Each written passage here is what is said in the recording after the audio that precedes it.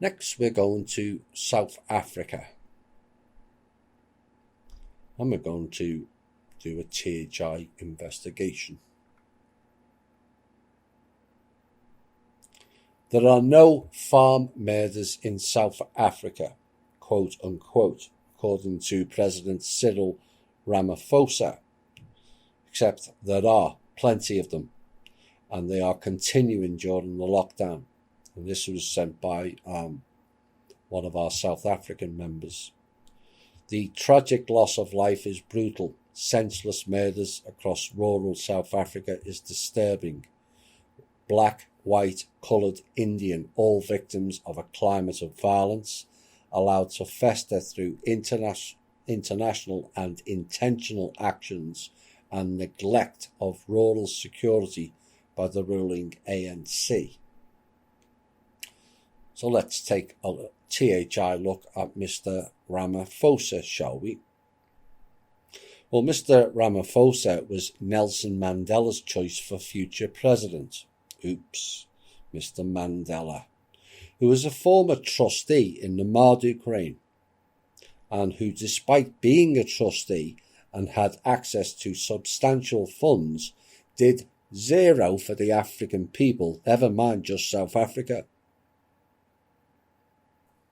Now, today, Ramaphosa is well known as a businessman and has an estimated net worth of $550 million. That was as of 2017, with 31 properties and previously held notable ownerships in companies such as McDonald's South Africa.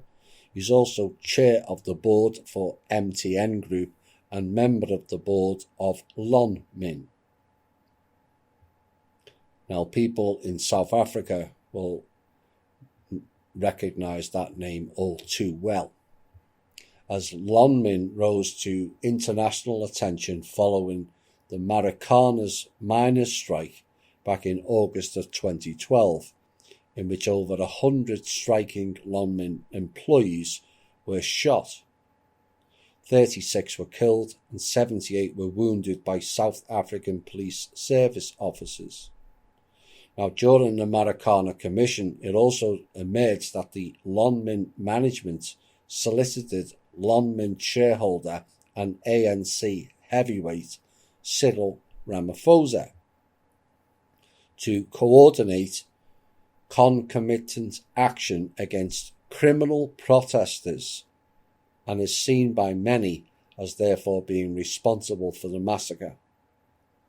Now, submissions by the South African Police Service accused Lonmin of being responsible for the violence because of their failure to negotiate with the striking miners. So what was the gist of the issue that led to the deaths of many of these miners?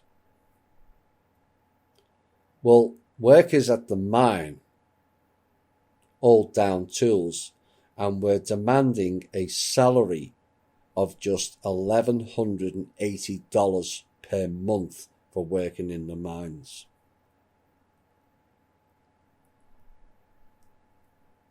$13,000 to $14,000 a year. Whilst Mr. Ramaphosa had a net fortune of $550 million. Says it all. $1,180 per month for working in mines. Get more than that selling burgers. Now, controversial business dealings including acting as chairperson for the MTN Group during the MTN Iran cell scandal, when a disgruntled former employee, Chris Kilowan, alleged that the organisation had bribed officials in Iran. Oops.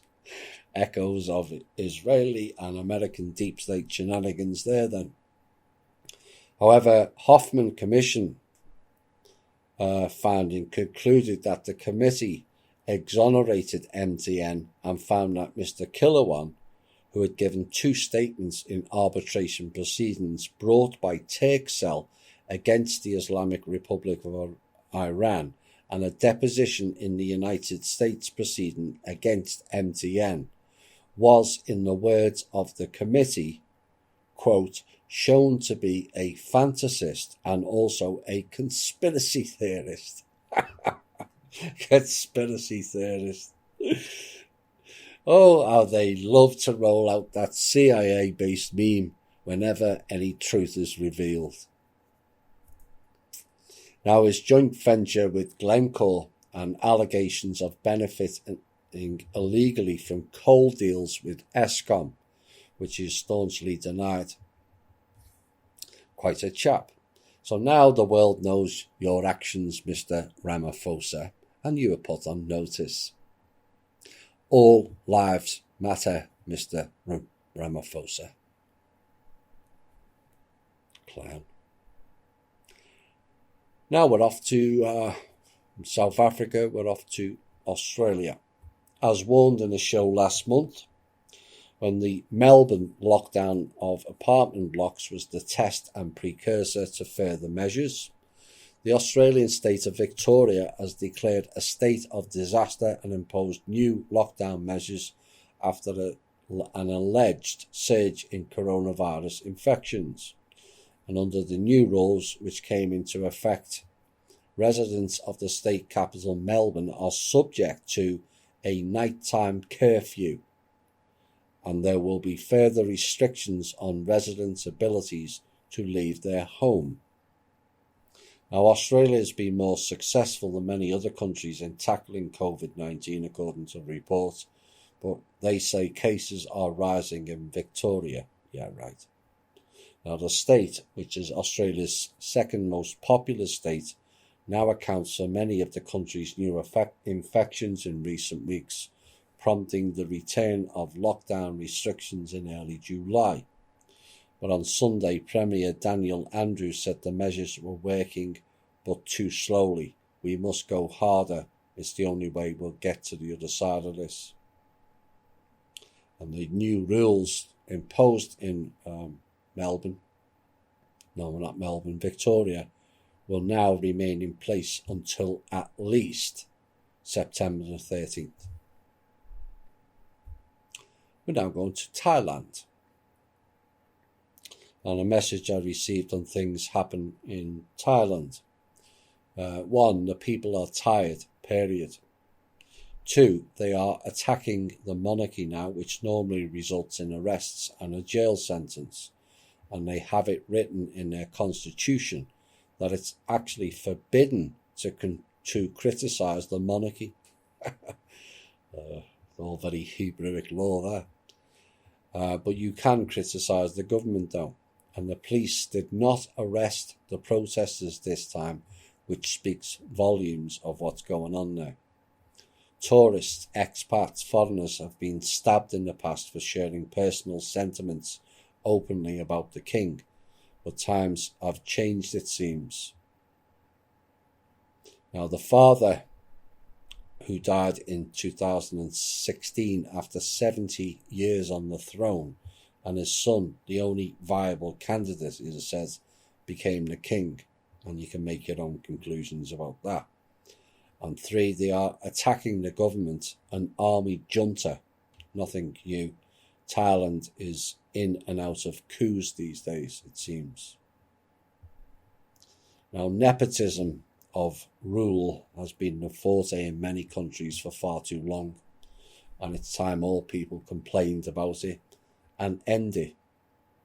It and they have not served the people well. The first song is about getting free. The second song rolls us into the next part of the show.